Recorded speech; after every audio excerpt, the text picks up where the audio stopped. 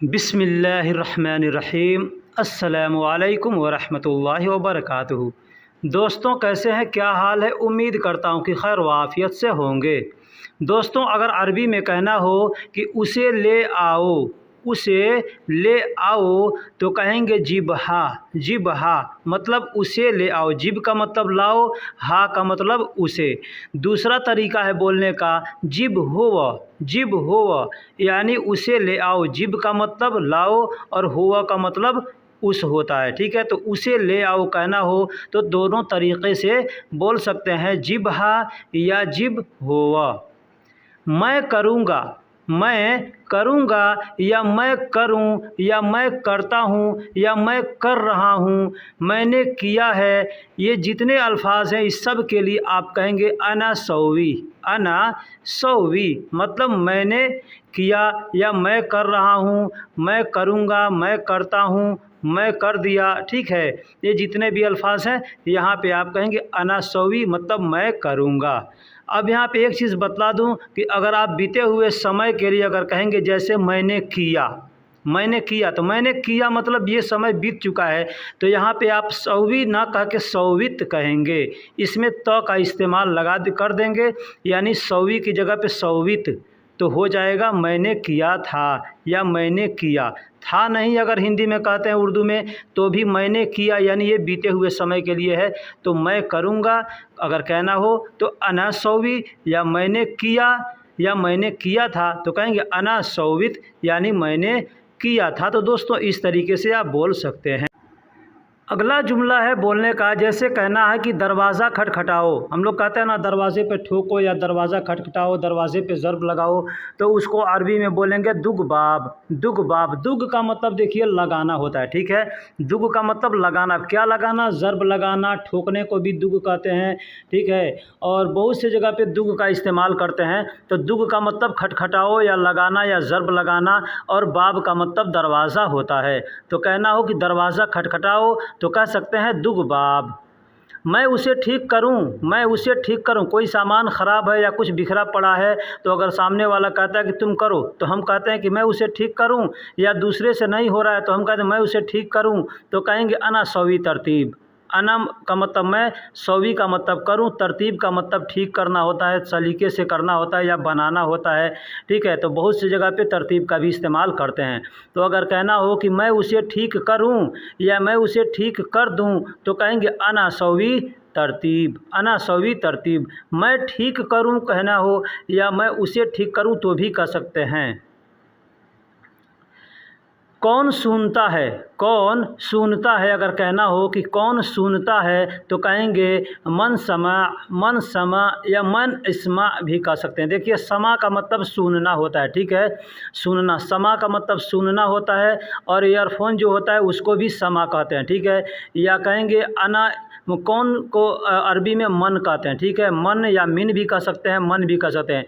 तो मिन समा भी कह सकते हैं या मन समा भी कह सकते हैं। मतलब कौन सुनता है, मन का मतलब कौन और समा का मतलब सुनना हो गया। तो कौन सुनता है तो मन समा या मिन समा कह सकते हैं।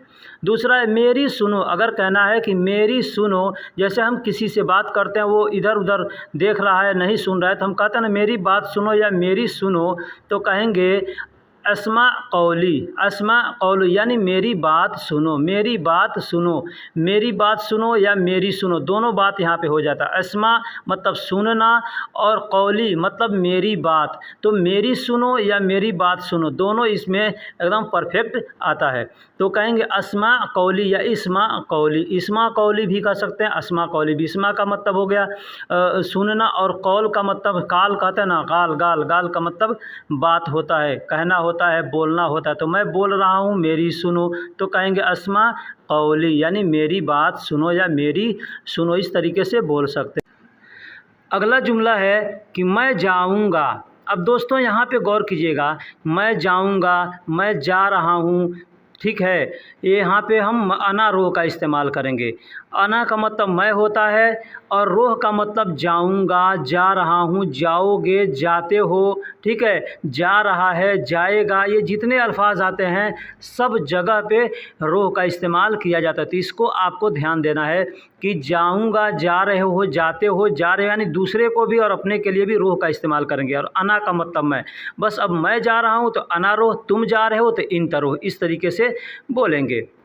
दूसरा है कौन सा करना है। जैसे आदमी कहता है ना कि कई काम पड़े हैं तो आदमी कहता है काम कर दो, तो कौन सा करूं, आदमी कहता है ना कौन सा करूं, या कुछ भी कर रहे हैं तो कौन सा करना अगर कहना हो तो कह सकता है मन सौवी। मन, मन का मतलब कौन सा होता है, कौन होता है, और सौवी का मतलब करना होता है, तो मन सौवी भी कह सकते हैं। ठीक है, यहाँ पे हमने गलती से ऐ सौवी लिखा गया है। ऐ का मतलब कोई होता है, ठीक है, तो ऐ सौवी यानी सामने वाला कह देगा ऐ सौवी यानी कोई भी कर दो, ठीक है, ऐ सौवी यानी कोई भी कर दो। लेकिन कहना हो कि कौन सा करना है तो आप वहाँ पे बोल सकते हैं मन सौवी, मन सौवी यानी कौन सा करना है। और जब सामने वाला कहेगा तो कहेगा ऐ सौवी यानी कोई भी कर दो, ऐ सौवी कोई भी कर दो, अहद सौवी यानी कोई भी एक कर दो, इसका मतलब ये होता है। दोस्तों अगला जुमला है दूसरे को न बताना। अगर कहना हो कि दूसरे को न बताना, जैसे आदमी कोई काम करता है, कोई बात किसी से कहता है ना, तो कहते हैं ये बात दूसरे को न बताना, तो कहेंगे माँ अखबारिक गैर, माँ अखबारिक गैर। माँ का मतलब होता है ना या नहीं, और अखबारिक मतलब इस खबर को, अखबारिक का मतलब इस खबर को तुम, अखबारी मतलब अखबार का मतलब होता है खबर, खबरें, खबर का मतलब खबर होता है, और अखबार जब कहेंगे तो बहुत से खबर उसमें आ गए, अखबार यानी खबर। अखबारिक जब कहेंगे तो मतलब तुम, तुम, इसमें क का मतलब हो गया तुम, और अखबार का मतलब खबरें। तो माँ अखबारिक, माँ अखबारिक यानी अखबारिक जब कहेंगे ना तो खबर करने को यानी किसी को बताने को अखबारिक कहते हैं, ठीक है। तो माँ अखबारिक यानी तुम न बताना ये खबर, गैर मतलब दूसरे को, गैर का मतलब दूसरा होता है, ठीक है। या कहेंगे माँ अखबारिक तानी नफ़र, माँ अखबारिक तानी नफ़र यानी दूसरे आदमी को नहीं बताना, ये ख़बर दूसरे आदमी को नहीं बताना। या माँ अखबारिक गैर, अब इसमें नफ़र का भी इस्तेमाल चाहें तो कर सकते हैं कि माँ अखबारिक गैर नफ़र यानी यह ख़बर दूसरे को तुम न बताना। कहाँ जाना है, अगर कहना हो कि कहाँ जाना है तो कहेंगे वैन रो, वैन रो। अब देखिए वैन का मतलब कहाँ होता है, ठीक है। एक लफ्ज़ बता दो यहाँ पे, अगर आप दुबई में रहते हैं तो दुबई में वैन की जगह पे ऐन का इस्तेमाल करते हैं। ऐन, ऐन का मतलब होता है कहाँ, ठीक है। और सऊदी में या और जगह रहते हैं तो वहाँ पे वैन का इस्तेमाल किया जाता है। तो वैन रो यानी कहाँ जाना है, कहाँ जाना है। अगला है इसे कबूल करो या इसको कबूल करो। अगर कोई सामान हम किसी को देते हैं तो कहते हैं इसको कबूल करो या ये कबूल करो, तो इसको अरबी में कैसे बोलेंगे, बोलेंगे हाज़ा मकबूला, हाज़ा मकबूला, मतलब इसे कबूल करो या ये कबूल हुआ, इसका दोनों मतलब हो जाएगा, ठीक है।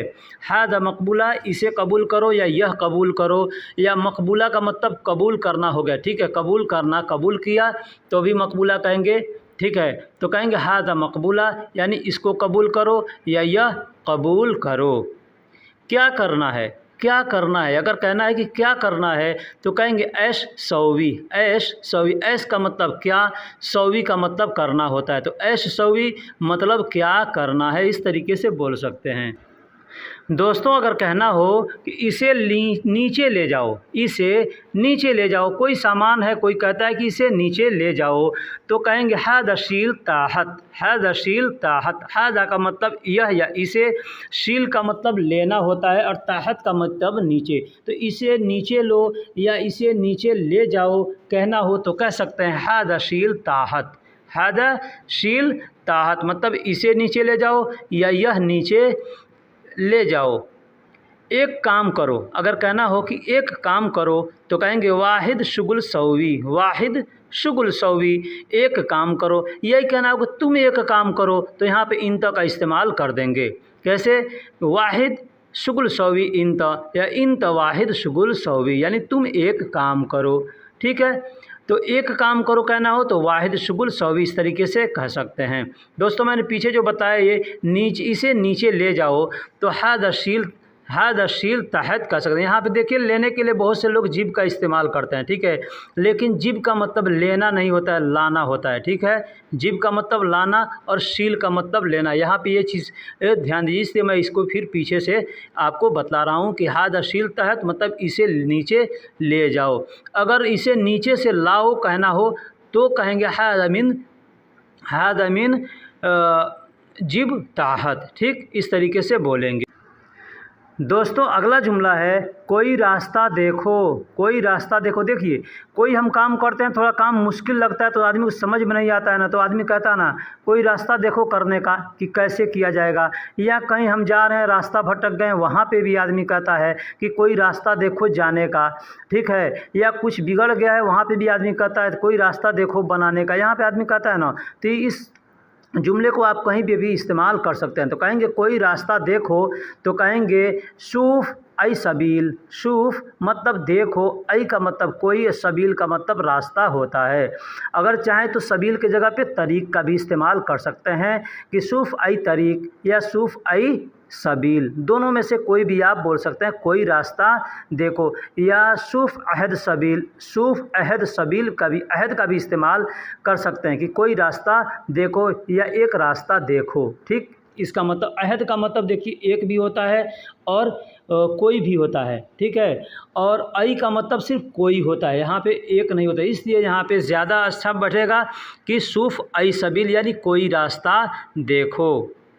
हमें वापस नहीं जाना, हमें वापस नहीं जाना या हमें वापस नहीं जाना है अगर कहना हो तो कहेंगे माँ रज्जा नहना। माँ रज्जा नहना, माँ का मतलब नहीं, रज्जा का मतलब वापस होता है, नहना का मतलब हमें। अगला जुमला है अब हमें कहाँ जाना है। अब हमें कहाँ जाना है या अब हमें किधर जाना है अगर कहना हो तो कहेंगे अलान वैन नरो। अलान मतलब अब या अभी, वैन का मतलब कहाँ होता है, नरोह मतलब हमें जाना। न का मतलब हमें और रोह का मतलब जाना, ठीक है। तो अब हमें कहाँ जाना है कहेंगे अलान वैन नरो या अलहीन वैन नरो। दोस्तों एक चीज़ यहाँ बता दूँ कि किसी भी सेंटेंस के शुरू में या आखिरी में अगर न का इस्तेमाल किया जाएगा तो उसका मतलब हो गया हम या हमें, ठीक। जैसे नरो हमने यहाँ इस्तेमाल किया तो नरो का मतलब होता है हमें जाना, ठीक है। नरो का मतलब होता है हमें जाना। ठीक है मैं चलता हूँ, अगर कहना हो ठीक है मैं चलता हूँ तो कहेंगे तय्यब तय्यब अना यल्लाह, तय्यब अना यल्लाह। दोस्तों बहुत से भाई हैं कि आदमी कहता है ना, बोलते हैं कि ओके ओके, तो ओके का मतलब होता है तय्यब। ओके का मतलब क्या हुआ, अच्छा या ठीक, ठीक है। तो उसका अरबी में क्या कहते हैं, तय्यब। तो आप कह सकते हैं तय्यब, ठीक है मैं चलता हूँ, ठीक है मैं चलता हूँ तो कहेंगे तय्यब अना यल्लाह। कोई आदमी आपसे कहता है कि कैफ हाल, तो आदमी कहता है तय्यब मतलब ठीक है, तो कैफ हाल तो मतलब तय्यब आदमी कह दिया, कोई कह दिया तो मतलब ठीक है। तो उसी तरीके से ठीक है के लिए तय्यब का इस्तेमाल करते हैं। अगर आपको और भी अल्फाज मालूम है जैसे तय्यब के लिए इस्तेमाल किया जाता है कोइस, ज़ैन, तमाम, तो इसमें से कोई भी आप अल्फाज इस्तेमाल कर सकते हैं, लेकिन आमतौर पर 90% लोग तय्यब का इस्तेमाल करते हैं। अना यल्लाह यानी तय्यब अना यल्लाह मैं चलता हूँ, ठीक है। अब या अभी को अरबी में कैसे बोलते हैं, क्या बोलते हैं, तो दोस्तों हमने यहाँ पे लिखा है अब या अभी हिंदी में, उसका नीचे अरबी लिखा है हिंदी में अलहीन या अलान। अलहीन या अलान का मतलब होता है अब या अभी, यानी दोनों ये अल्फाज हैं, अभी के लिए भी इस्तेमाल किया जाएगा और अब के लिए भी इस्तेमाल किया जाएगा, ठीक है। अलहीन अगर कहते हैं तो उसका मतलब अब या अभी दोनों होता है। उसी तरीके से अलान कहते हैं तो भी उसका मतलब अब या अभी होता है। दोस्तों अगर आप अरबी पढ़ना जानते हैं तो आप नीचे अरबी का लिखावट भी देख सकते हैं, हमने अलहीन और अलान कैसे लिखा, उसमें कौन कौन से शब्दों को इस्तेमाल किया गया है। एक एग्ज़ाम्पल जैसे मैंने यहाँ दिया है कि वह अभी अभी गया है, वह अभी अभी गया है, तो हम कैसे बोलेंगे, यहाँ बोलेंगे हो व रुह अलहीन अलहीन, यानी 2 बार अभी अभी कहना है तो अलहीन अलहीन कहेंगे। ठीक है, जैसे वह अभी अभी गया है तो हुआ रोह, हुआ का मतलब वह होता है या उस होता है। ठीक है, तो यहाँ पे हुआ का मतलब वह होगा, रोह का मतलब गया है, अलहीन अलहीन यानी अभी अभी। इसका दूसरा भी एक मतलब हो सकता है, वह अब अभी गया है, वह अब अभी गया है। इसका मतलब जैसे हुआ का मतलब वह, रोह का मतलब गया है, अलहीन का मतलब अब और दूसरे अलहीन का मतलब अभी हो गया। ठीक, तो वह अब अभी गया है या वह अभी अभी गया है, बात दोनों सेम सेम है, तो आप इस तरीके से बोल सकते हैं। दोस्तों, एक भाई ने हमसे पूछा है कि कभी कभी को अरबी में क्या बोलते हैं, कभी कभी का अरबी क्या होता है। तो यहाँ पे भी सेम सेम अलहीन और के लिए, जैसे अलहीन का मतलब अब या अभी होता है, उसी तरीके से अहयाना, अहयाना का मतलब भी कभी होता है और कभी कभी। यानी अगर हमको कहना है कभी तो भी हम अहयाना कहेंगे, अगर कभी कभी कहना है तो भी अहयाना कहेंगे। यानी अहयाना का मतलब ये नहीं कि हम कभी कभी कहना होगा तो 2 बार कहेंगे अहयाना अहयाना, नहीं। अहयाना का मतलब कभी कभी होता है, लेकिन कभी के लिए भी इस्तेमाल किया जाता है। कभी कभी यानी 2 बार कभी कभी आ रहा है यहाँ पे, तो उसका अरबी होता है अहयाना। ठीक है, लेकिन अगर हमको एक बार ही कहना है कभी, तो वहाँ पे हम अहयाना का इस्तेमाल कर देंगे। एग्ज़ाम्पल है, जैसे आप ले सकते हैं एग्ज़ाम्पल एक, तुम कभी कोई गलती ना करना, तुम कभी कोई गलती ना करना। अब यहाँ पे एक बार कभी को इस्तेमाल किया गया है। ठीक है, जैसे तुम कभी कोई गलती ना करना, तो कहेंगे अंत अहियाना, अंत अहियाना मतलब तुम कभी, माँ का मतलब नहीं, अहद का मतलब कोई, खलतान सौवी यानी करना, गलती करना। खलतान का मतलब गलती होता है, सौवी का मतलब करना। अगर हम अलग अलग इसका तर्जुमा करते हैं तो अंत का मतलब तुम, अहियाना का मतलब कभी, माँ का मतलब नहीं, अहद का मतलब एक होता है या कोई होता है। ठीक है, खलतान का मतलब गलती होता है, सौवी का मतलब करना होता है। लेकिन जब हम इसको एक साथ बोलेंगे तो कहेंगे अंत अहियाना मा अहद खलतान सौवी, जिसका तर्जुमा होगा तुम कभी कोई गलती ना करना या तुम कभी कोई गलती नहीं करना। माँ का मतलब नहीं या ना दोनों होता है। ठीक, एक और एग्जाम्पल हमने दिया है, यहाँ पे 2 बार हमने कभी कभी का इस्तेमाल किया गया है। ठीक है, कैसे, कभी कभी मेरे पास आया करो। अगर कहना हो कि कभी कभी मेरे पास आया करो, तो कहेंगे अंत अहियाना इंदी ताल, अंत अहियाना यानी तुम कभी कभी, इंदी ताल यानी मेरे पास, इंदी का मतलब मेरे पास, ताल का मतलब आओ या आया करो। ठीक, यहाँ पे हम चाहें तो ईजी का मत इस्तेमाल भी कर सकते हैं, जैसे अंत अहियाना इन दी ईजी या अंत अहियाना ईजी इन दी ताल, यानी ताल भी बोल सकते हैं या ईजी भी बोल सकते हैं, दोनों बोलेंगे कोई गलती नहीं होगा। ठीक, कभी कभी मेरे पास आया करो। अब इसी तरीके से आप जो भी कहना है, कभी कभी मुझे ये सामान दिया करो, कभी कभी मेरे लिए खाना लाया करो, कभी कभी मुझसे बात किया करो, कभी कभी मेरे घर आया करो, यानी जो भी आपको कहना हो तो अहियाना का इस्तेमाल वहाँ पे करके आप बोल सकते हैं। जैसे कभी कभी मेरे पास आया करो तो अंत अहियाना इंदी ताल।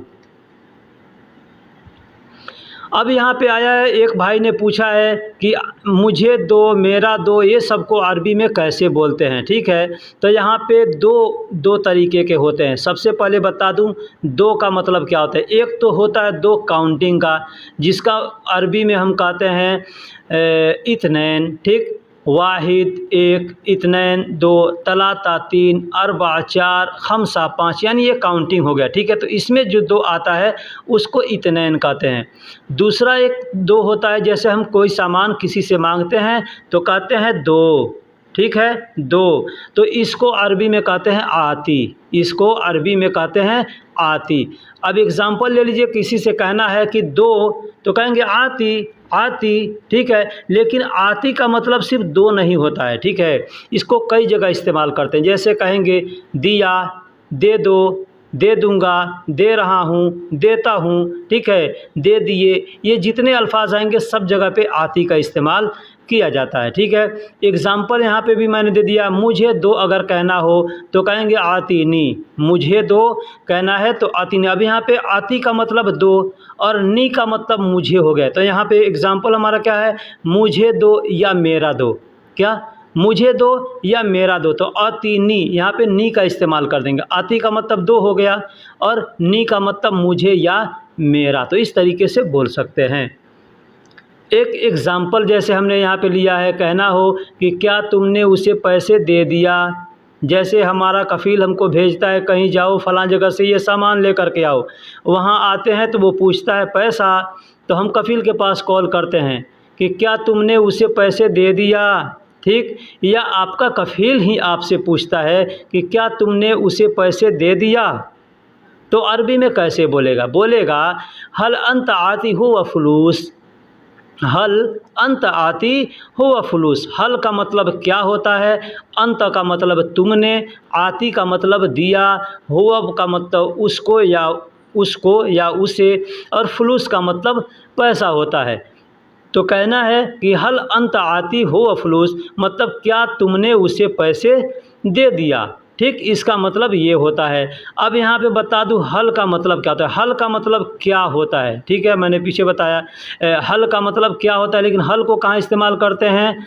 जैसे कहना हो कि सस्पेंस वाली बात है, मतलब तुमने पैसे उसे दिया कि नहीं दिया, तो यहाँ पे हल का इस्तेमाल करेंगे। बोलने का दूसरा भी तरीका है कि क्या तुमने उसे पैसे दे दिया। ठीक है, हल अता अतीक फलूस, हल अता अंता आतिक फलूस, हल अंतातिक फलूस, अंतातिक फलूस। देखिए इसको बोलने का भी तरीका, अंतातिक यानी एक में मिला करके, अंत और अतिक को एक में मिला करके बोला जाता है। ठीक है, और आप अगर नहीं जानते तो दूसरा कोई आपसे बोल सकता है तो आप नहीं समझ पाएंगे, इसलिए मैं यहाँ पे बताना लाजिम समझा कि इसको बोलेंगे हल अंत यानी एक में मिलाकर, अंत आतिक फलूस, अंत आतिक फलूस, अंत आतिक फलूस अलग बोलेंगे, इन अंत और अतिक को एक में मिला देंगे, अंत आतिक, अंत आतिक। आप अगर अरबी जानते हैं तो अरबी में भी आप देखिएगा अंत आतिक लिखा है। ठीक है, तो क्या तुमने उसे पैसे दे दिया, हल अंत आतिक फलूस। अब इसमें हल का मतलब क्या हो गया, अंत का मतलब तुमने, आतिक, अति का मतलब दिया, क का मतलब होता है उसको, यानी किसी भी अल्फाज के आखिरी में अगर हम क का इस्तेमाल कर दें तो वो सामने वाले के ऊपर होता है। ठीक है, सामने वाले को के लिए कहा जाता है, मतलब उसका मतलब समझो कि अंत जैसे है तो अंत के लिए इस्तेमाल किया जाता है। ठीक है, तो आतिक मतलब उसको दे दिया। अब यहाँ पे क्या है, हल अंत, हल का मतलब क्या, अंत का मतलब तुमने। ठीक है, लेकिन आतिक कहेंगे तो उसको दिया, उसको सामने वाले को दिया। ठीक है, फलूस, फलूस मतलब तुमने दिया उसको। ठीक, तो हल अंत आतिक फलूस, इसका मतलब ये होता है। अब यहाँ पे देखो तुम दो, अब एक भाई ने पूछा है ताती, आतिक, अलई का, ये सब का अरबी में मतलब क्या होता है। ठीक है, अरबी के में मतलब कैसे बोले थे, उसका हिंदी या उर्दू का मतलब क्या होता है। भाई ने पूछा है तो जैसे तुम दो कहेंगे तो ता आती, ता आती। किसी भी अल्फाज के शुरू में अगर त का इस्तेमाल करते हैं, यहाँ पे बहुत गौर करने वाली बात है, अगर किसी भी अल्फाज के शुरू में तो का इस्तेमाल करते हैं तो उसका मतलब अंत होता है, यानी तुम के लिए। ठीक है, तुमको कहा जाता है। जैसे कोई हमसे बोला आ करके ताती, ताती यानी तुम दो, ताती, ता का मतलब तुम, आती का मतलब दो, तो ताती यानी तुम दो। ठीक है, वो हमारे लिए हो गया, यानी सामने अगर यही बात अगर हम किसी को कहेंगे ताती मतलब तुम दो, तो हमारे सामने जो है उसको कहेंगे। ठीक, आतिक, अब दूसरा है आतिक, आतिक, तो आती का मतलब दो और क का मतलब उसको, क का मतलब उसको, आतिक यानी उसको दो या उसका दो। यहाँ पे मैंने पीछे बताया कि किसी भी शब्द के आखिरी में क का इस्तेमाल करेंगे तो वो सामने वाले के लिए होगा। ठीक है, क का मतलब सामने वाले के लिए होता है किसी भी अल्फाज के आखिरी में। जैसे आतिक यहाँ पे इस्तेमाल किया, आतिक, आती का मतलब दो, क का मतलब उसको या उसका। ठीक, दे दिया था। अब यहाँ पे एक भाई ने पूछा था कि आतईता, आतईता का मतलब क्या होता है, आतईता का मतलब क्या होता है। तो आतईता का मतलब यहाँ देखिए, इसमें तीन अल्फाज मिल करके आतईता बना है। कौन कौन सा, उसका सबका मतलब अलग अलग होता है। अता का मतलब दिया, ठीक है, अता का मतलब दिया। इसमें ई का मतलब होता है, ई का मतलब होता है तुमने, यानी अतई, अतई दे दिया किसको, कोई अगर आपसे कहता है तो अतई मतलब तुमने दिया, और कहता है अतई ता, ता लास्ट में अगर ता का इस्तेमाल करता है तो उसका मतलब हो गया था, ठीक, ता का मतलब था होता है। अगर किसी भी अल्फाज के आखिरी में हम ता का इस्तेमाल करते हैं तो वो था के लिए, था, थे, थी के लिए होता है। अगर ता का हम इस्तेमाल शुरू में करेंगे तो तुम्हारे लिए, तुमको, तुम्हारा, इसका मतलब ये होता है, ठीक है। तो यहाँ पे है दे दिया था, तो कहेंगे आतईता, आतईता यानी दे दिया था, आतईता यानी दे दिया था। वैसे ता के लिए काना, कुंत, इस सब का अल्फाज, ये सब अल्फाज भी इस्तेमाल किया जाता है। तो यहाँ पे हम अतई काना नहीं कहेंगे, अतईता कह देंगे तो सेंटेंस हमारा पूरा हो जाएगा, यानी दे दिया था। एग्जाम्पल मैंने यहाँ पे दे रहा हूँ एक, कि मैंने उसे पहले दे दिया था। ये देखिए यहाँ पे हमने मेल और फीमेल दोनों के लिए यहाँ पे हमने ये एग्जाम्पल दिया है, ठीक है। ये एग्जाम्पल जो है मेल के लिए है कि मैंने उसे पहले दे दिया था, तो कहेंगे दूसरा तरीका बोलने का है अतईतहु अव्वल, अतईतहु अव्वल, ठीक है। मैंने उसे दे दिया था, यहाँ हमने क्या बताया था, अतई था यानी मैंने दे दिया था, मैंने दे दिया था, अतई था यानी मैंने दे दिया था, ठीक है। तो यहाँ पे बताएंगे अतई तहु, अगर उसको कहेंगे किसी सामने वाले को तो यहाँ पे हु का इस्तेमाल करेंगे, अतई तहु अव्वल। अ का मतलब मैंने, तई था, तई तहु यानी दे दिया था उसको, दे दिया था उसको, अव्वल मतलब पहले, ठीक। तो मैंने उसे पहले दे दिया था, तो अतईतहु अव्वल ऐसे बोलेंगे। ये मेल के लिए यानी मर्द के लिए है। वही अगर औरत को कहना होगा तो बस इसमें बदलना है, क्या है, अतईतहु, हु जो हमने कहा है तो हु के जगह पे हा का इस्तेमाल कर देंगे। जैसे अतईतहा, अतईतहा अव्वल, अतईतहा अव्वल, ये हा जो अगर किसी भी, अगर आप इस्तेमाल करते तो ये औरत के लिए होगा, और हु इस्तेमाल करेंगे तो मर्द के लिए होगा। तो मैंने उसे दे दिया था, अतईतहा अव्वल, ये फीमेल के लिए है। यहाँ पे एक और भाई ने सवाल किया है कि आप पर, या इसे कहना हो अलैका, लोग कहते हैं ना अलैका, तो अलैका का मतलब क्या होता है, उन्होंने अलैका का मतलब पूछा है। तो अलई का मतलब इसमें दो अल्फाज हैं, ठीक है, अला प्लस क, अगर इसको हम संधि विच्छेद करते हैं तो अला या अलई प्लस क, तो आप पर, अलई का मतलब हो गया आप, जैसे अलई का मतलब कहते हैं ना अला, अला का मतलब क्या होता है, ऊपर होता है ना, आला कहते हैं ना आला, ऐसे आम जुबान पे मैं आपको समझा रहा हूँ। आला, आला यानी उम्दा, ऊपर, इसका मतलब होता है। तो अला यानी पर, अला मतलब पर, क मतलब आप, क का मतलब आप, मैंने पीछे बताया ना कि किसी भी अल्फाज के आखिरी में हम क का इस्तेमाल करेंगे तो उसका मतलब होता है आप या तुम, ठीक है। तो तुम पर या आप पर कहना हो तो कहेंगे अलैका, अलैका, ठीक। जैसे एग्जाम्पल आप ले लीजिए कि कहना हो आप सब पर, आप सब पर, अब यहाँ पर ने पीछे बताया अलई का माना आप पर, ये वाहिद है, अलई का वाहिद है। अब यहाँ पे जमा मैं दे रहा हूँ, जैसे हम कहीं जाते हैं किसी आदमी के पास, वहाँ पे एक आदमी है तो अगर हम कहना है अलई का मतलब आप पर, लेकिन वहाँ पे कई आदमी हैं तो कहेंगे अलैकुम, अलैकुम मतलब आप सब पर। लकुम का मतलब होता है सब, ठीक है, लकुम का मतलब होता है सब, अलैकुम अगर कहेंगे तो आप सब पर, अला का मतलब पर हो गया, और अलैकुम कहेंगे तो आप सब पर। एग्जाम्पल दे दीजिए, कहते हैं जैसे कि सलाम आप पर, हाँ, आप अगर गांव में रहते हैं या कहीं रहते हैं, सलाम पढ़ते हैं ना, तो अगर सलाम पढ़ते तो उसमें क्या कहते हैं, सलाम अलैका, सलाम अलैका मतलब आप पर, अलैका कहेंगे तो आप पर, और अलैकुम कहेंगे तो आप सब पर। यहाँ पे देख लीजिए, आप लोग सलाम किसी से करते हैं तो क्या कहते हैं, अस्सलामु अलैकुम, लेकिन बहुत से लोग हैं ये नहीं जानते हैं कि अस्सलामु अलैकुम कहना चाहिए कि अस्सलाम अलैका कहना चाहिए, ठीक है। लेकिन अस्सलामु अलैकुम हम कहते हैं और कहना चाहिए, क्यों, क्योंकि जब हम किसी से मिलते हैं ना तो वहाँ पे एक तो वो शख्स होता है जिससे हम सलाम करते हैं, और दूसरा वहाँ पे दो फरिश्ते होते हैं उनके कंधों पर, ठीक है, जिनको कहते हैं किरामन कातिबीन, ठीक है। तो ये दोनों फरिश्ते होते हैं, तो इनको भी हम सलाम करते हैं। हम मोमिन हैं तो इसलिए हम सलाम करते हैं, तो हम 3 शख्स को सलाम करते हैं एक साथ में। इसलिए कहते हैं अस्सलामु अलैकुम या सलाम अलैकुम। अस्सलामु अलैकुम कहेंगे यानी मैं अस्सलाम यानी मैं कह रहा हूँ, आप इस्तेमाल कर देंगे तो यानी मैं कह रहा हूँ सलाम यानी सलामती हो, अलैकुम मतलब आप सब पर, ठीक है, इसका मतलब ये होता है। लेकिन वही अगर एक आदमी को अगर कहना हो तो सलाम अलैका, सलाम अलैका। जैसे हम मैसेज कर रहे हैं, अब यहाँ पे एग्जांपल दे रहा हूँ कि मैसेज कर रहे हैं अगर आपके पास या फ़ोन पर कर रहे हैं, तो हमारे सामने तो बस आपकी आवाज़ आ रही है, ना फरिश्ते आ रहे हैं ना फरिश्तों की आवाज़ आ रही है, ठीक है। तो यहाँ पे हम कहेंगे सलाम अलैका, अस्सलाम अलैका व रहमतुल्लाहि व बरकातहू, यानी आप पर सलामती हो और अल्लाह की रहमत हो और बरकत हो, ठीक है। लेकिन जब हम सामने सामने करते हैं तो वहाँ पे आदमी है सामने और हम नहीं देख रहे हैं, लेकिन फिर भी 2 फरिश्तों को हम मानते हैं कि यहाँ पे उनके कंधों पर 2 फरिश्ते, तो उनको भी सलाम करते हैं, ठीक है। तो इसलिए कहते हैं सलाम अलैकुम।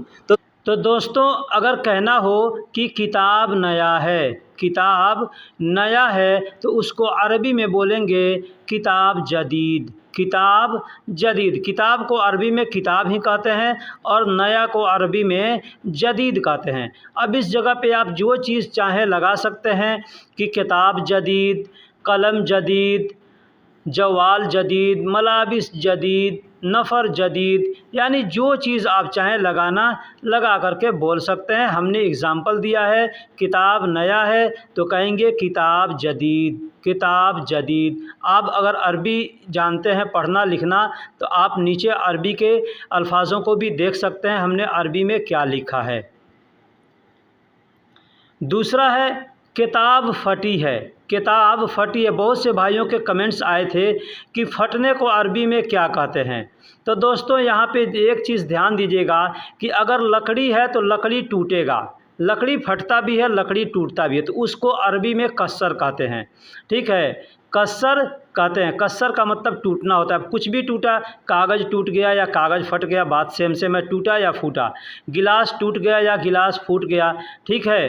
हाथ टूट गया या हाथ फूट गया, सबको अरबी में कस्सर कहते हैं। कस्सर का मतलब टूटना और फूटना दोनों के लिए इस्तेमाल करते हैं। तो एग्ज़ाम्पल है, कहना हो कि किताब फटी है तो कहेंगे किताब मकसूर, किताब मकसूर। मकसूर का मतलब होता है फटा हुआ, ठीक है, या टूटा हुआ। यानी कोई भी अल्फाज हो अगर उसके शुरू में क का इस्तेमाल किया जा म का इस्तेमाल किया जाता है, मतलब कि वो काम हो चुका है। तो यहाँ पे क्या है, फटना या कटना। तो कटा है या फटा है, म जब लगा दिए तो वो हो गया कस्सर से मकसूर। अब मकसूर का मतलब हो गया फटना या कटना, यानी ये काम हो चुका है, फट चुका है या कट चुका है। तो किताब फट चुका है या फटा है तो कहेंगे किताब मकसूर। अब लकड़ी टूट गई है तो उसको भी आप मकसूर जोड़ करके बोल सकते हैं। लकड़ी की जो भी अरबी आएगी इंशाअल्लाह मैं आगे वीडियो में ये सब बातें बतलाऊंगा, ठीक है। वैसे लकड़ी को मैं बता देता हूँ, अब बात आ गई तो लकड़ी को अरबी में खसब कहते हैं, ठीक है, लकड़ी को अरबी में खसब कहते हैं।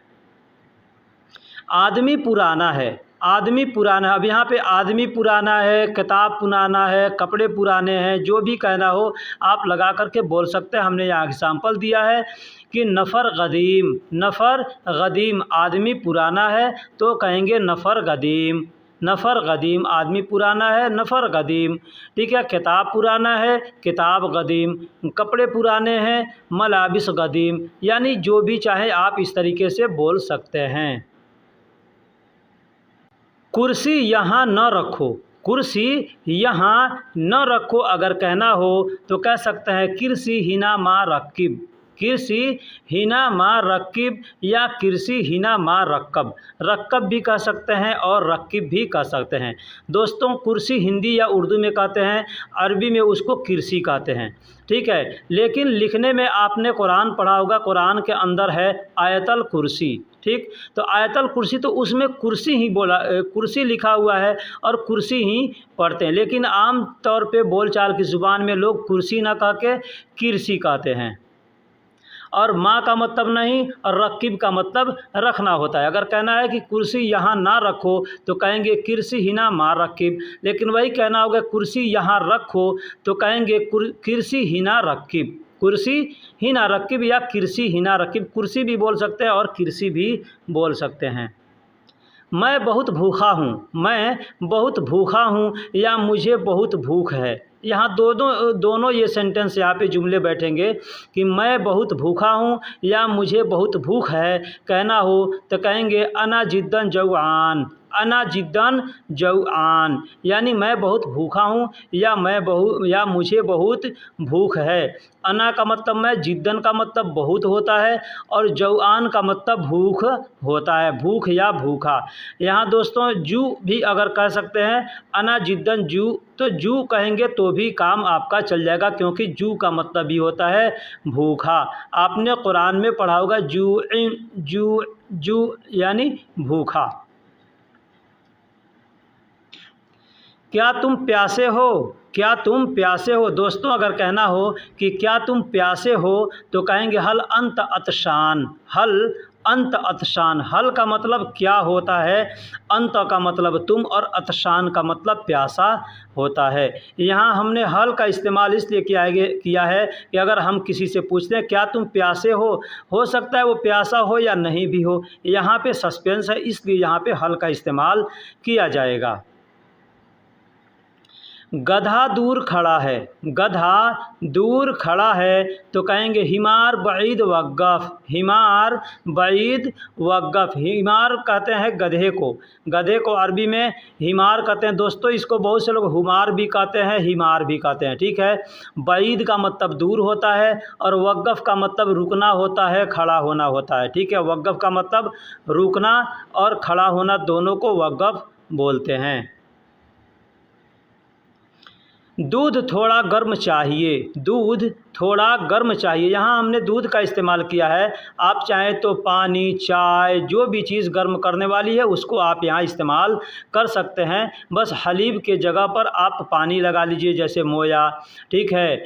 अब जो भी चीज़ गर्म करना है वहाँ पे आप लगा सकते हैं। जैसे दूध थोड़ा गर्म चाहिए तो कहेंगे अबगा मतलब चाहिए, हलीब मतलब दूध, शोय मतलब थोड़े और हार का मतलब गर्म होता है। तो अबगा हलीब शोय हार, अबगा हलीब शोय हार यानी दूध थोड़ा गर्म चाहिए। अब कहना है कि पानी थोड़े गर्म चाहिए तो कहेंगे अबगा मोय शोय हार, अबगा मोय शोय हार यानी ये पानी थोड़े गर्म चाहिए। चाय कहना हो तो आप यहाँ पे अबगा शाय कह सकते हैं, अबगा शाय शोय हार यानी चाय थोड़ा गर्म चाहिए। तो आप जैसे भी एग्जाम्पल बनाना चाहें आप उस तरीके से जुमले बना सकते हैं। पानी ठंडा है तुम पी लो, पानी ठंडा है तुम पी लो या पानी ठंडा है तुम पियोगे, ये दोनों जुमले हो सकते हैं, ठीक है। पानी ठंडा है तुम पी लो या पानी ठंडा है तुम पियोगे, ठीक है। तो कह सकते हैं मोया फ़ी बारिद तशरब, मोया मतलब पानी, फ़ी मतलब है, बारिद मतलब ठंडा, तशरब यानी तुम पियो या तुम पियोगे या तुम पी लो, ठीक। इसका दोनों मतलब होता है। शरब का मतलब पीना होता है और किसी भी अल्फाज के शुरू में अगर हम तो का इस्तेमाल करेंगे तो सामने वाले के लिए हो जाएगा। जैसे पानी ठंडा है तुम पी लो या तुम पियो या तुम पियोगे तो कहेंगे मो या फ़ी बारिद तशरब। यहाँ पे हमने अंत का इस्तेमाल नहीं किया है। आप चाहें तो अंत का भी इस्तेमाल कर सकते हैं, जैसे मो या फ़ी बारिद अंत शरब, इस तरीके से बोल सकते हैं। भाड़ा बहुत महंगा है, भाड़ा बहुत महंगा है या भाड़ा बहुत ज़्यादा है।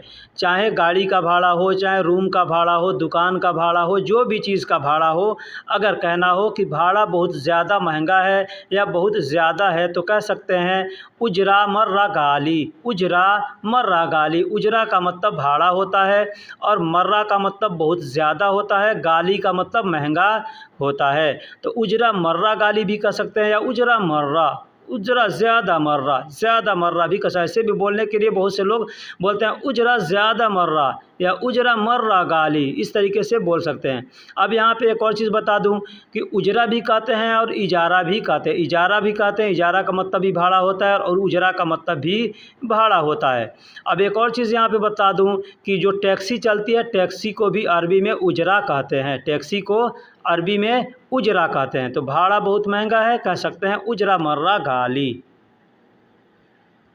यह पत्थर भारी है, यह पत्थर भारी है कहना हो तो कहेंगे हाज़ा हज़र तकील, हाज़ा हज़र तगील, हाजा हजर, हाजा का मतलब यह होता है, हजर का मतलब पत्थर होता है, पत्थर को अरबी में हजर कहते हैं, और तगील का मतलब भारी होता है। मैंने पीछे ही बताया कि आप अगर अरबी पढ़ना जानते हैं तो आप नीचे देख सकते हैं, हाजा हजर सगील, सा लिखा है और बड़ा काफ लिखा है, ठीक है। सगील बोलने के लिए, पढ़ने लिखने के लिए सगील लिखते हैं, लेकिन लोग बोलने के लिए तगील बोलते हैं। बहुत से लोग थगील भी बोलते हैं, ये भी ध्यान दीजिएगा कि बहुत से लोग थगील बोलते हैं, तगील बोलते हैं, सगील बोलते हैं, ठीक है। मैंने यहाँ पे तीनों अल्फाज आपको बोलकर बतला दिए।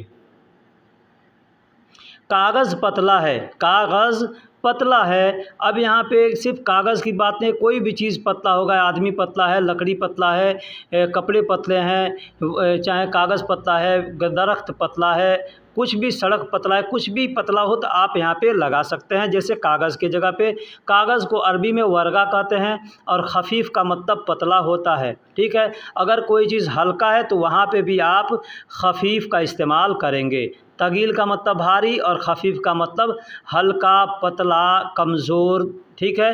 कई जगह ख़फ़ीफ़ को इस्तेमाल करते हैं, ठीक है। और वर्गा का मतलब कागज़। एक और चीज़ बता दूं, पत्ता होता है पेड़ का, उसको भी अरबी में वर्गा ही बोला जाता है, पत्ते को अरबी में भी वर्गा ही बोला जाता है।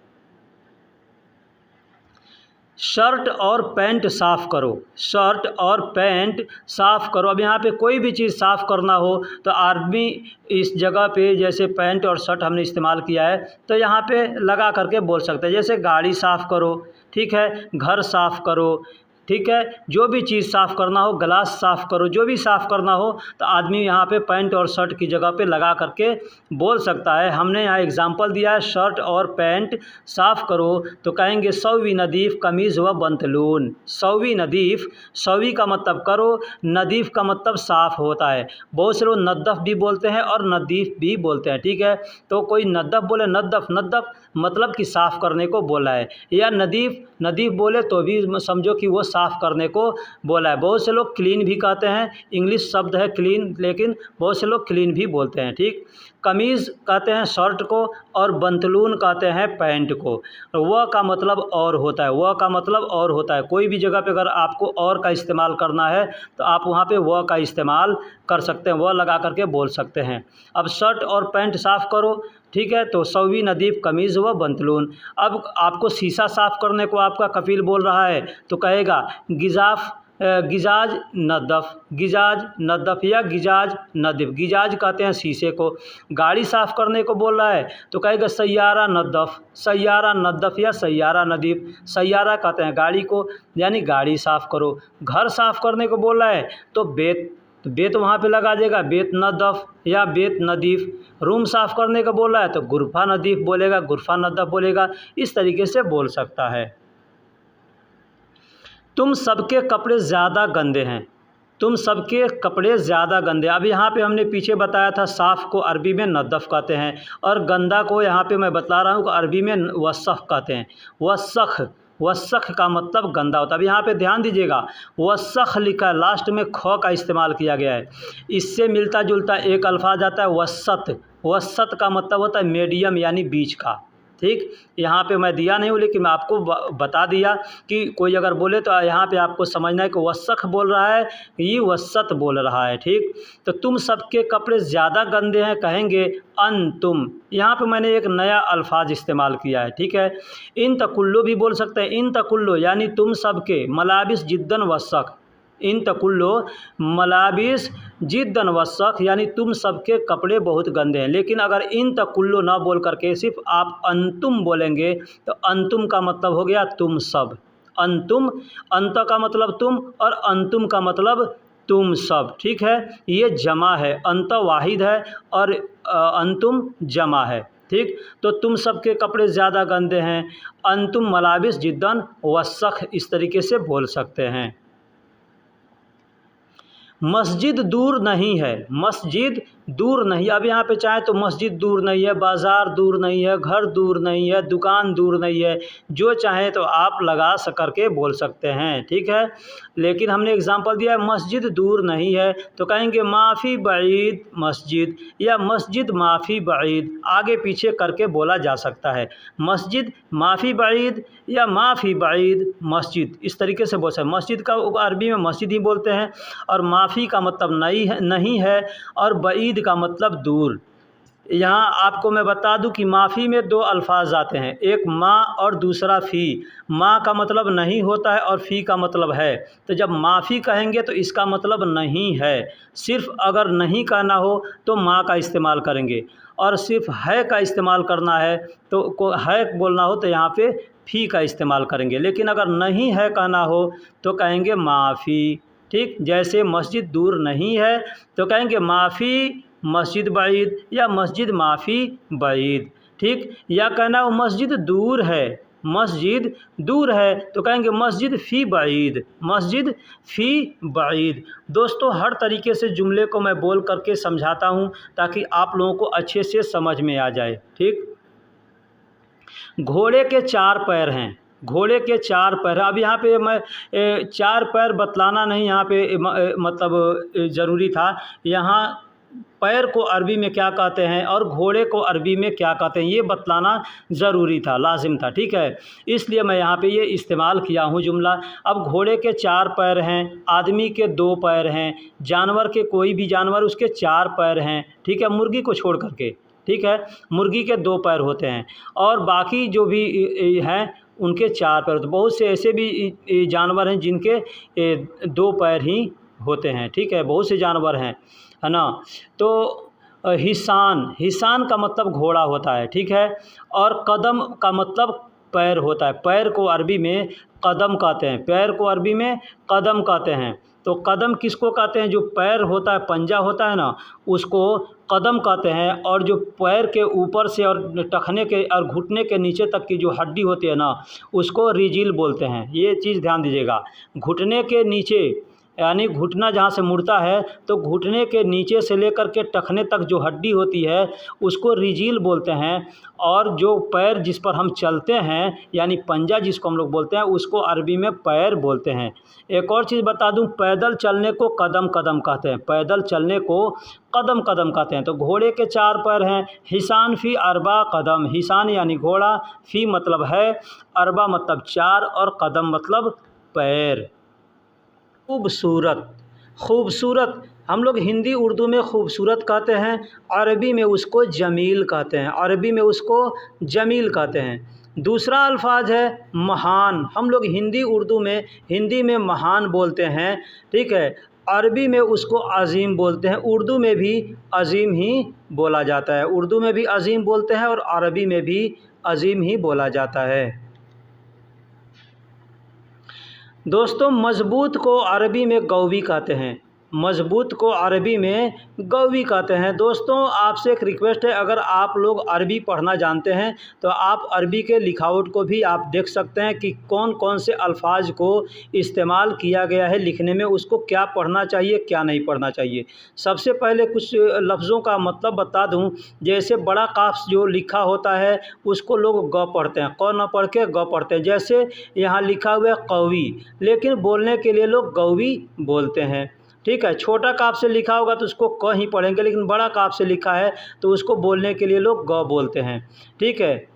दूसरा है कमज़ोर। हम लोग हिंदी उर्दू में बोलते हैं कमज़ोर, अरबी में उसको ज़ईफ़ बोलते हैं, अरबी में उसको ज़ईफ़ बोलते हैं। एक और चीज़ बता दूं, बूढ़ा को भी ज़ईफ़ ही बोला जाता है, बूढ़ा को भी ज़ईफ़ ही बोला जाता है। वैसे बूढ़ा को शेबा भी बोलते हैं, बूढ़ा को अरबी में शेबा भी बोलते हैं और ज़ईफ़ भी बोलते हैं। लेकिन यहाँ अरबी में ज़ईफ़ के लिए यानी कमज़ोर के लिए ज़ईफ़ का इस्तेमाल किया जाता है। ये उर्दू अल्फाज भी है और अरबी अल्फाज भी दोनों है। बहादुर हम लोग कहते हैं ना, बहादुर हिंदी में कहते हैं बहादुर, अरबी में उसको शुजा बोलते हैं, अरबी में शुजा, शुजा का मतलब बहादुर होता है। ये अल्फाज भी उर्दू में इस्तेमाल किया जाता है, शुजा को अरबी में भी इस्तेमाल किया जाता है और उर्दू में भी इस्तेमाल किया जाता है। खरगोश एक जानवर होता है, उस खरगोश को अरबी में अर्नब बोलते हैं। खरगोश को अरबी में अर्नब बोलते हैं।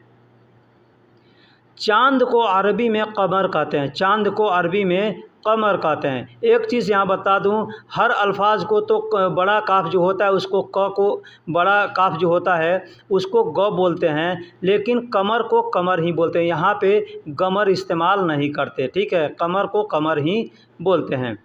सूरज को अरबी में शम्स कहते हैं। सूरज को अरबी में शम्स कहते हैं। शम्स यानी सूरज। एक और चीज़ बता दूं, यहाँ जो धूप होता है ना, ज़्यादा धूप है, ज़्यादा तेज़ धूप है, उसको भी शम्स कहते हैं। जैसे तेज़ धूप है या तेज़ सूरज है, मतलब शम्स, ज़्यादा शम्स, ठीक है। ज़्यादा शम्स यानी ज़्यादा धूप है या ज़्यादा तेज़ सूरज है। गर्म को अरबी में हार कहते हैं। गर्म को अरबी में हार कहते हैं। हार मतलब गर्म। ये अल्फाज भी उर्दू में इस्तेमाल किया जाता है। साबुन को अरबी में सबून कहते हैं। साबुन को अरबी में सबून कहते हैं। दोस्तों, साबुन हो या सर्फ़, हम लोग अपने देश में साबुन अलग होता है और सर्फ़ जो पाउडर होता है उसको सर्फ़ कहते हैं, लेकिन यहाँ पे दोनों को सबून ही बोला जाता है। नज़दीक यानी करीब, हम लोग हिंदी में बोलते हैं नज़दीक, उर्दू में बोलते हैं करीब, अरबी में उसको गरीब बोलते हैं। ये बड़ा काफ से लिखा जाता है, इसलिए इसको गरीब बोलते हैं। गरीब का मतलब नज़दीक होता है। दूर को अरबी में बईद कहते हैं। दूर को अरबी में बईद कहते हैं। ये अल्फाज भी उर्दू में इस्तेमाल किया जाता है। गोश्त को अरबी में लहम कहते हैं। गोश्त को अरबी में लहम कहते हैं। चाहे किसी भी जानवर का गोश्त हो उसको अरबी में लहम बोलेंगे। ठंडा को अरबी में बारिद बोलते हैं। ठंडा को अरबी में बारिद बोलते हैं और ठंड को अरबी में बर्द बोलते हैं। ठंड यानी सर्दी लगती है ना जाड़े के मौसम में, तो उसको बर्द बोलते हैं। और जो बारिद यानी ठंडा, पानी ठंडा है तो कहेंगे बारिद मोया, बारिद मोया, या बर्द मोया भी बोल सकते हैं। पुराना को अरबी में क़दीम कहते हैं। पुराना को अरबी में क़दीम कहते हैं। ये अल्फाज भी उर्दू में इस्तेमाल किया जाता है। उर्दू में इसको क़दीम बोलते हैं, अरबी में बोलने के लिए लोग क़दीम बोलते हैं। ये भी बड़ा काफ से लिखा जाता है। खड़ा होने को अरबी में वक़्फ़ कहते हैं। खड़ा होने को, रुकने को अरबी में वक़्फ़ बोलते हैं। उसको उर्दू में भी इस्तेमाल किया जाता है। उर्दू में वक़्फ़ बोलते हैं, वक़्फ़ बोलते हैं, वक़्फ़, ठीक है। मछली को अरबी में समक कहते हैं। मछली को अरबी में समक कहते हैं। बीमार को अरबी में मरीद कहते हैं, ताबान कहते हैं। दोनों अल्फाज इस्तेमाल किया जाता है। बीमार को अरबी में मरीद कहते हैं, ताबान कहते हैं। बीमारी को अरबी में मर्ज़ कहते हैं। मर्ज़ ये अल्फाज जो है उर्दू में भी इस्तेमाल किया जाता है। पार्क को अरबी में हदीका कहते हैं। पार्क यानी गार्डन को अरबी में हदीका कहा जाता है और जन्नत भी कहा जाता है। जन्नत मतलब एक बाग को जन्नत भी वो लोग बोलते हैं, ठीक है, जन्नत बोलते हैं। तो पार्क को अरबी में हदीका भी बोलते हैं और जन्नत भी बोलते हैं। कब्रिस्तान को अरबी में मकबरा कहते हैं। कब्रिस्तान को अरबी में मकबरा कहते हैं। मकबरा का मतलब कब्र होता है, तो कब्र जहाँ रहता है उसको कब्रिस्तान बोलते हैं, इसलिए उसको मकबरा बोलते हैं। ये अल्फाज भी उर्दू में इस्तेमाल किया जाता है। रात को अरबी में लैल बोलते हैं। रात को अरबी में लैल बोलते हैं और दिन को अरबी में नहार बोलते हैं। दिन को अरबी में नहार बोलते हैं, नहर भी बोलते हैं। अब यहाँ पे गौर कीजिएगा, ये बड़ी हा से लिखा हुआ है, नहर यानी बड़ी हा से। छोटी हा से अगर नहर लिखा जाएगा तो वो नदी हो जाएगा, ठीक, उसका मतलब नदी होगा। और बड़ी हा से नहर को लिखेंगे तो ये रात, तो दिन को अरबी में नहार कहते हैं, बड़ी हा से लिखा जाता है। छोटा को अरबी में सग़ीर कहते हैं। छोटा को अरबी में सग़ीर कहते हैं और बड़ा को, विशाल को अरबी में कबीर कहते हैं। कोई भी चीज़ बड़ा है, विशाल है, हिंदी में विशाल कहते हैं, उर्दू में बड़ा कहते हैं, ठीक है, अरबी में उसको कबीर कहते हैं, कबीर। ये अल्फाज भी उर्दू में इस्तेमाल किया जाता है। आपने सुना होगा कबीरा, सग़ीरा, ठीक है, कबीरा का मतलब बड़ा और सग़ीरा का मतलब छोटा। शायद को अरबी में मुमकिन कहते हैं। शायद को हम लोग हिंदी उर्दू में बोलते हैं ना शायद, शायद, तो अरबी में इसको मुमकिन बोलते हैं। बहुत से लोग इम्किन भी बोलते हैं, ठीक। अच्छा को ठीक को अरबी में तय्यब कहते हैं। अच्छा को ठीक को इंग्लिश में ओके भी बोला जाता है, तो उसको अरबी में तय्यब कहते हैं, तय्यब। अच्छा और ठीक के लिए और भी बहुत से अल्फाज हैं, जैसे ज़ैन, तमाम, कोइस, ये अल्फाज भी ठीक के लिए इस्तेमाल किया जाता है। जोड़ने को अरबी में जमा कहते हैं। यहाँ पे एक चीज़ गौर कीजिएगा, जोड़ने को अरबी में जमा कहते हैं। जमा क्या चीज़ है? जैसे हम लोग हिसाब करते हैं ना, तो जोड़ते हैं ना, जैसे तो 2 और 2 4 होगा, तो उसको अरबी में क्या कहेंगे? 2 और 2 जमा करना, ठीक है। जोड़ने को अरबी में जमा कहते हैं, ठीक है। तो जमा करने को अरबी में, यानी हिंदी उर्दू में हम लोग जोड़ना बोलते हैं, अरबी में उसको जमा कहते हैं। घटाना, ठीक उसी तरीके से जो माइनस होता है यानी घटाना होता है, उसको अरबी में तरह बोलते हैं। एक ये चीज़ देखिए, तरह हिंदी में, उर्दू में भी लिखा जाता है तरह, लेकिन ये अल्फाज अरबी का है, ठीक है। तो इसको अरबी में तरह बोलते हैं, यानी हम लोग बोलते हैं घटाना, घटाओ, तो उसको अरबी में तरह बोलते हैं। गुना, जो गुना करते हैं ना, तो गुना को अरबी में ज़रब बोलते हैं। गुना करने को अरबी में ज़रब बोलते हैं। ज़रब, ज़रब मतलब गुना, ठीक है। बाँटना, बाँटना को अरबी में तक़सीम कहते हैं। जो हम लोग कहते हैं ना, बाँटना यानी भागा करना, हिस्सा लगाना, तो उसको अरबी में तक़सीम कहते हैं। गोलाकार, गोलाकार कोई भी चीज़, मान लीजिए एक लकीर हमने खींच लिया, गोल बना दिया, तो उसको अरबी में दायरा बोलते हैं। उसको अरबी में दायरा बोलते हैं, ठीक है। जैसे हम लोग हिंदी में शून्य लिखते हैं ना, तो उसको गोल आकार बना देते हैं, तो उसको अरबी में दायरा बोलते हैं, ठीक।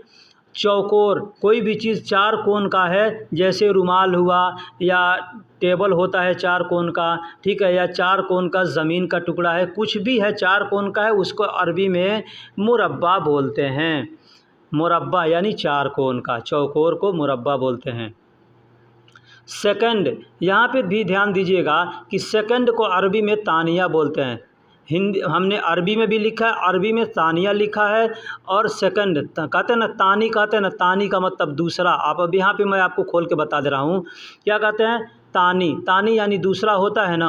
वाहिद, इत्नैन, वाहिद का मतलब एक, इत्नैन का मतलब 2, तो वही इत्नैन ना कह के तानिया, इत्नैन का मतलब 2 हो गया, लेकिन तानिया कहेंगे तो ये सेकंड हो गया। फर्स्ट और सेकंड कहते हैं ना, तो फर्स्ट को अरबी में अव्वल कहते हैं, और सेकंड को अरबी में तानी कहते हैं या तानिया कहते हैं।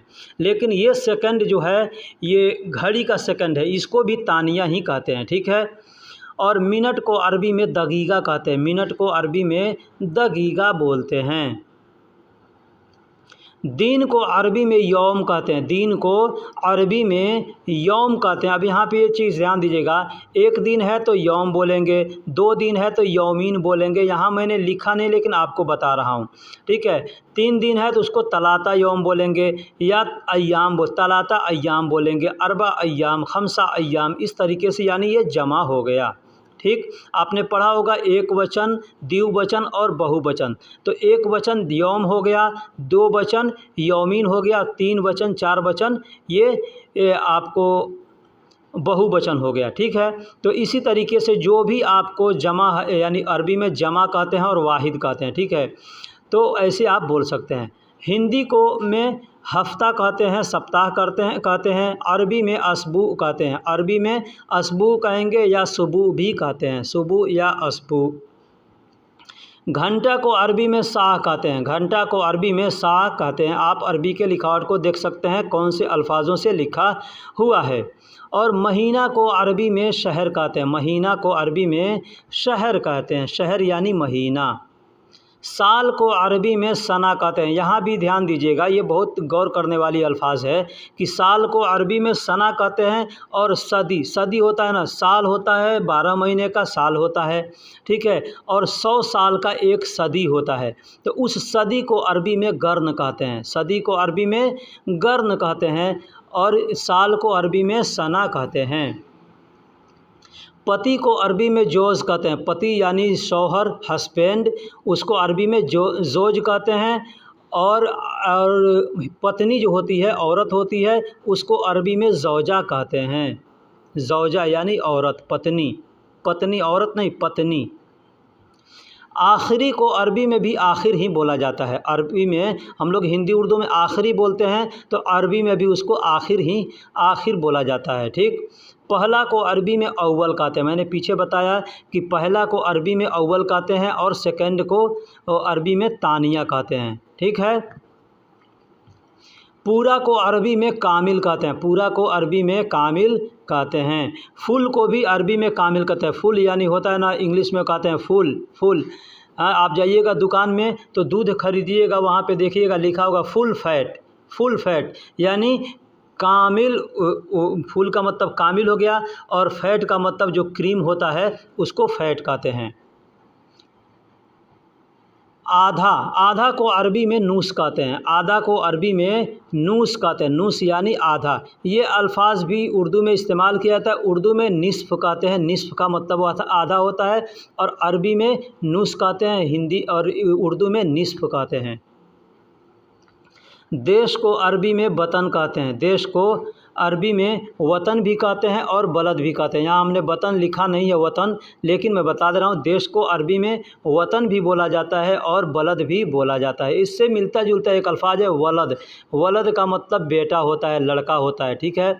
और बलद का मतलब देश होता है, और वलद का मतलब ब और व, सिर्फ ये एक अल्फाज का अंतर है। ब बोलेंगे तो बलद हो गया यानी देश हो गया, और व बोलेंगे तो वलद हो गया यानी लड़का हो गया। रास्ता को अरबी में सबील बोलते हैं। रास्ता को अरबी में सबील बोलते हैं। और भी अल्फाज हैं सबील, रास्ते के लिए इस्तेमाल किया जाता है। जैसे तरीक़ का मतलब भी रास्ता होता है, सिरात का मतलब भी रास्ता होता है। गांव को अरबी में गरिया कहते हैं। गांव को अरबी में गरिया कहते हैं। देखिए अरबी में करिया लिखा हुआ है, लेकिन बोलने के लिए लोग गरिया बोलते हैं, तो आप करिया भी बोलेंगे तो भी लोग समझेंगे। और शहर को अरबी में मदीना कहते हैं। शहर को अरबी में मदीना कहते हैं। मदीना का मतलब शहर होता है। बाल को अरबी में शार कहते हैं। बाल को अरबी में शार कहते हैं। और बाल करने के लिए, कंघी करने के लिए कंघी होता है ना, बाल में जो कंघी लगाते हैं उसको अरबी में मिश्त बोलते हैं। मिश्त मतलब कंघी। मिश्त मतलब कंघी। चाबी को अरबी में मिफ्ताह कहते हैं। चाबी को अरबी में मिफ्ताह। मिफ्ताह का मतलब चाबी। ठीक। ताला को अरबी में गफ़ल बोलते हैं। ताला को अरबी में गफ़ल। अब देखिए ताला को अरबी में गफ़ल बोलते हैं, और जैसे लॉक करना है दरवाज़ा, ताला को भी गफ़ल बोलते हैं, और दरवाज़ा अगर बंद करना है तो भी आदमी बोल देंगे गफ़ल बाब, यानी दरवाज़ा बंद करो, दरवाज़ा लॉक करो। ठीक है। तो लॉक को अरबी में गफ़ल बोलते हैं। ठीक। और मिफ्ताह का मतलब चाबी होता है। अब इससे मिलता जुलता एक अल्फाज है मिफ्ताह, एक हो गया। दूसरा हो गया इफ्ताह। तो इफ्ता का मतलब खोलना होता है, और मिफ्ता का मतलब चाबी होता है। यहाँ पे मैं ये आपको कंफर्म कर दूँ कि इफ्ता का मतलब खोलना और मिफ्ता का मतलब चाबी। पेस्ट यानी हम लोग मंजन करते हैं ना, मंजन हो, चाहे वो कोलगेट हो, चाहे लाल मंजन हो, जो भी हो, पाउडर हो, चाहे कोई भी हो, उसको अरबी में माजून बोलते हैं। अरबी में माजून बोलते हैं। कोई भी चीज़ मतलब पाउडर होगा, जैसे मुंह में करने वाला, जैसे मंजन होता है, तो मंजन को अरबी में माजून बोलते हैं। ठीक है। अब चाहे वो कोलगेट का मंजन हो या चाहे कोई भी हो। ब्रश को अरबी में फुरसा बोलते हैं। ब्रश को, कोई भी ब्रश हो, दांत साफ़ करने वाला हो या पेंट करने वाला हो या लिखने वाला हो, कोई भी ब्रश होगा उसको अरबी में फुरसा बोलते हैं। बाहर को अरबी में खारिज बोलते हैं। बाहर को अरबी में खारिज बोलते हैं। और अंदर को अरबी में दाखिल बोलते हैं। अंदर को अरबी में दाखिल बोलते हैं। अब यहाँ पे एक चीज़ कंफर्म कर दूँ कि बाहर को अरबी में खारिज बोलते हैं, वही बोलना होगा बाहरी। हम लोग हिंदी में बोलते हैं ना बाहरी, तो अरबी में कहेंगे खारिजी। क्या? खारिजी यानी बाहरी। जैसे हम लोग इंडिया के हैं तो सऊदी अरब के अंदर हम लोग क्या हैं? खारिजी हैं, यानी बाहरी हैं। और जो सऊदी हैं वो दाखिली हैं। अंदर को दाखिली कहते हैं। अभी हर चीज़, कोई भी चीज़ होगा, बाहरी होगा तो उसको खारजी कहेंगे, और दाखिली होगा यानी अंदरूनी होगा तो उसको दाखिली कहेंगे। ठीक। जैसे कपड़ा हम पहनते हैं ना, तो कपड़े के अंदर एक क्या होता है, हम लोग हाफ पैंट पहनते हैं और बनियान पहनते हैं, तो उसको दाखिली मलाबिस कहते हैं। और जो ऊपर से कुर्ता पजामा या जो भी जुब्बा पहनते हैं, तूब पहनते हैं, उसको, और पैंट शर्ट पहनते हैं, उसको हम खारजी मलाबिस कहते हैं, यानी वो बाहर से पहनने वाला है, और जो हाफ होता है वो अंदर से पहनने वाला। तो उसको यहाँ मैं आपको समझा दिया खारजी और दाखिली का मतलब क्या होता है। बाहर को बर्रा भी बोलते हैं, बाहर को अरबी में बर्रा भी बोलते हैं, और अंदर को अरबी में जुआ बोलते हैं, अंदर को अरबी में जुआ बोलते हैं। बाहर को अरबी में बर्रा बोलते हैं और अंदर को अरबी में जुआ बोलते हैं। एक और अल्फाज है बिल, बिल का मतलब भी अंदर होता है। नीचे को अरबी में तहत बोलते हैं, नीचे को अरबी में तहत बोलते हैं, ताहत बोलते हैं। ऊपर को अरबी में फ़ोग बोलते हैं, ऊपर को अरबी में फ़ोग, फ़ोग का मतलब ऊपर होता है। रखो, रखने को अरबी में रक्कीब बोलते हैं, रक्कब भी बोलते हैं। कुछ लोग रक्कब बोलते हैं, कुछ लोग रक्कीब बोलते हैं। रखो या रखा या रखूँगा, रखता हूँ, रखोगे, जितने भी अल्फाज हैं यहाँ पे हम सिर्फ रक्कीब का इस्तेमाल करेंगे, या रक्कीब या रक्कब। उठाने को अरबी में इरफ़ा कहते हैं, उठाओ, उठा रहा हूँ, उठाओगे, उसको कहेंगे इरफ़ा, इरफ़ा। ऊपर उठाना है तो कहेंगे इरफ़ा फ़ोग, यानी ऊपर उठाओ, ऊपर उठाओ यानी इरफ़ा फ़ोग। नीचे अगर तो नीचे रखने को तो उठाने को नहीं, वहाँ पे रखी इरफ़ा का इस्तेमाल नहीं करेंगे, वहाँ पे क्या कहेंगे ताहत रकीब, यानी नीचे रखो। ठीक, ऊपर उठाने को इरफ़ा फ़ोग कहेंगे और नीचे रखने को ताहत रकीब बोलेंगे। रखो, रखो को रकीब और उठाओ को इरफ़ा बोलते हैं। छोड़ो, छोड़ो को अरबी में खली बोलते हैं, छोड़ो, छोड़ो, जाने दो, रहने दो, छोड़ दो, तो यहाँ पे खली का इस्तेमाल किया जाता है। और पकड़ने को अरबी में आमसिक कहते हैं, पकड़ने को अरबी में आमसिक कहते हैं। अब यहाँ पे एक चीज़ आप ध्यान दीजिएगा कि कोई भी चीज़ अगर जाम हो गया है, जैसे पंखा का मोटर जाम हो जाता है, मशीन का मोटर जाम हो जाता है, या कोई भी चीज़ नट बोल्ट जाम हो जाता है, तो उसको भी आंशिक ही बोलते हैं।